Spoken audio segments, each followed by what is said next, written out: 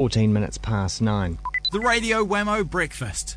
Joining us now to talk ham and turkey, it is Jules Clancy from the stonesoup.com joining us in Sydney. Hello to you, Jules.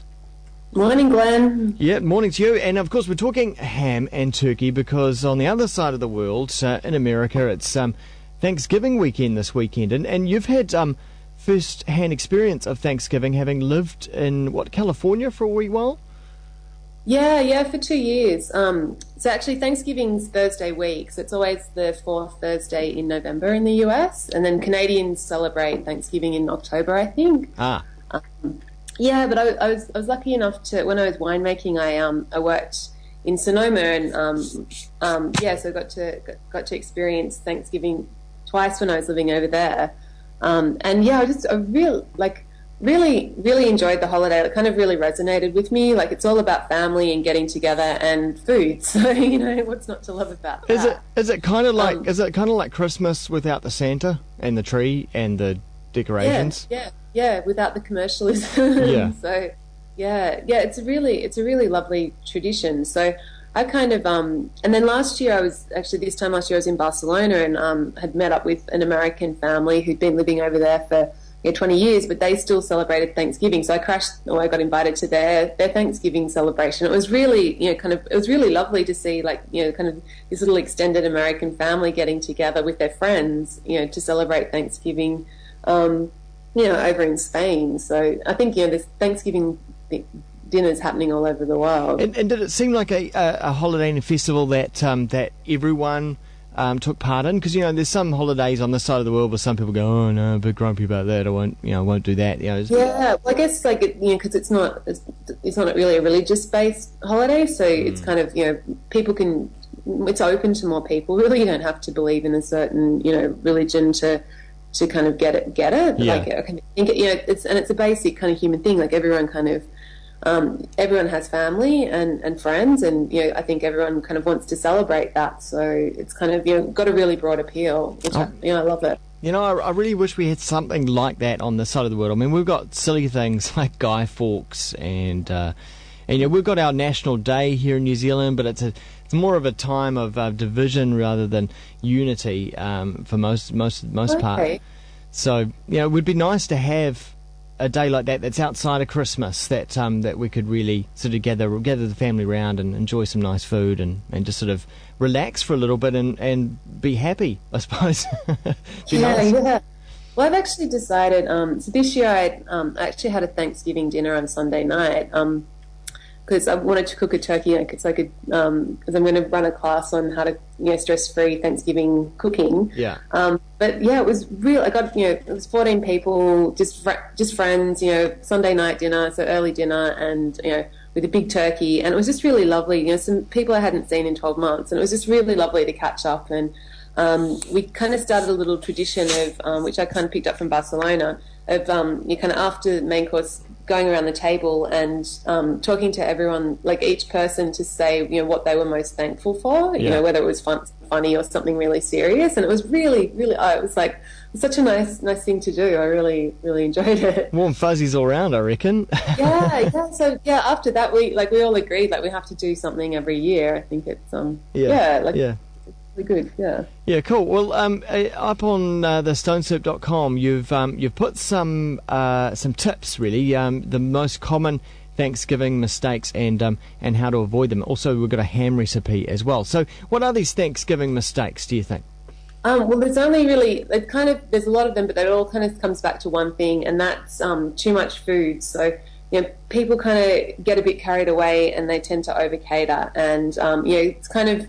That's like the kind of dark side of Thanksgiving is visions of people completely stuffed and kind of falling around comatose. So I think the biggest that's easily the biggest mistake. And I kind of surveyed some of my readers, and they all agreed that was the thing that really kind of undid Thanksgiving. Which I suppose can really be applied to Christmas Day as well. Absolutely. Yeah. Here in Australia, we often have that problem too. So, but there are ways you can avoid it. Yeah. So kind of, I think the most important thing is to kind of be realistic with your menu planning and plan something simple. So, because if there's, if there's lots and lots of things, and kind of people feel obliged to try a little bit of everything, and even if they're only having a little bit, then they end up being stuffed. Whereas if you've only got 3 or 4 main elements, that makes it a lot easier on your guests as well as on the chefs. If you're doing kind of 2 big salads rather than 4 kind of smaller salads, it's easier for you to think about it and to plan for it and all that sort of stuff. So kind of takes the stress off as well if you keep it simple. And really the centrepiece, I suppose, is the ham. Have you got a nice ham recipe for us, Jules? Yeah, absolutely. This is one of my favourites. So it's I call it the amazing glazed ham. But all you do is you kind of get your ham, chop the very tough skin off, and then leave the fat. And you score the fat and put cloves in the fat, and they just add a really lovely kind of fragrance to the ham. And then you mix up some marmalade and rosemary leaves, and then just paint that onto the ham and bake it for about an hour and 20 minutes. And kind of during the baking time, keep glazing it, and you end up with this beautiful moist ham with this really lovely kind of golden glaze on top. And it's so good, and it's a really great thing to cook if you're a bit nervous about cooking large hunks of meat, like if you're not very experienced, because the ham's already cooked, so you don't have to worry about undercooking it. So as soon as it looks done on the top and the glaze is lovely, then you know that it's fine and it's going to be safe for everyone. So always make sure, though, to keep basting the ham. Yeah. So I just do it every 20 minutes. So I kind of put half the marmalade mixture on at the beginning, and then kind of 20 minutes time put the other half on, and then it all cooks down, and there's ham fat in the bottom of the pan, and it's so lovely. And you I've got a pastry brush I use, but you could just use some rosemary if you wanted to, and just kind of get the pan juices and put them on top. Yeah, and it goes all golden, and it's so good. Yeah, so good. And unless you've got a massive family, you're always going to have some ham left over. What in your opinion, is the best way to store ham in the fridge? Just like I usually just cover it with either a tea towel, like wet a tea towel, or just so it's a little bit damp, or some paper towel, and then cover it with foil on top.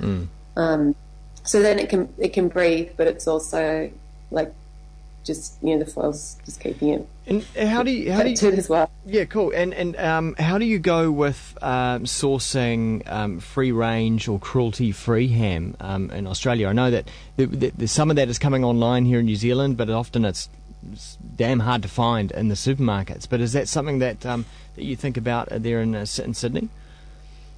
Good question, Glenn. So I've been getting my ham for years from a butcher, and they I know that they're really they specialise in sustainably produced meat, and ham's kind of one of their things.